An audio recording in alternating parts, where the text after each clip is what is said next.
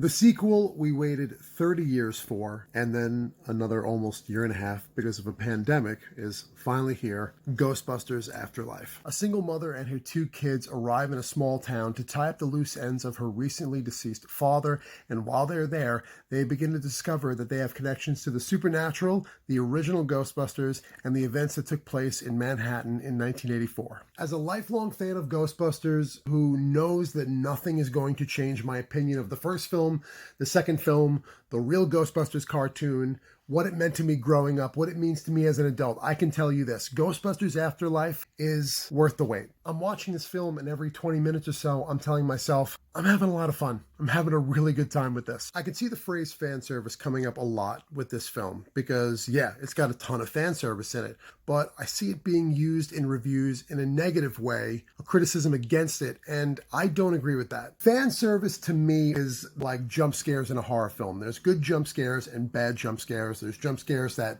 are necessary and that service the story, and then there's jump scares that don't service the story and they're bullshit and they're unnecessary. Ghostbusters Afterlife, I believe, has about 98% necessary fan service and about 2%, this doesn't need to be in here. A lot of the negative criticism I see towards this film, blaming fan service, I think is actually wrong. I think people just don't like this story, and because the fan service needs to be so heavy in service of the story that they're blaming the fan service. And the story in this I actually do like, but I really enjoy much more how it deepens the mythology that the original Ghostbusters film laid down. I also like the characters a lot, and I think they have a great cast here. Paul Rudd, he's terrific, of course. Carrie Coon, McKenna Grace is always great for such a young actress. I think Finn Wolfhard is fine, and Logan Kim, who plays this character, this kid Podcast, is the scene stealer throughout most of the movie. As you've probably seen alluded to in the trailer, we have some very important cameos and some characters that show up. I will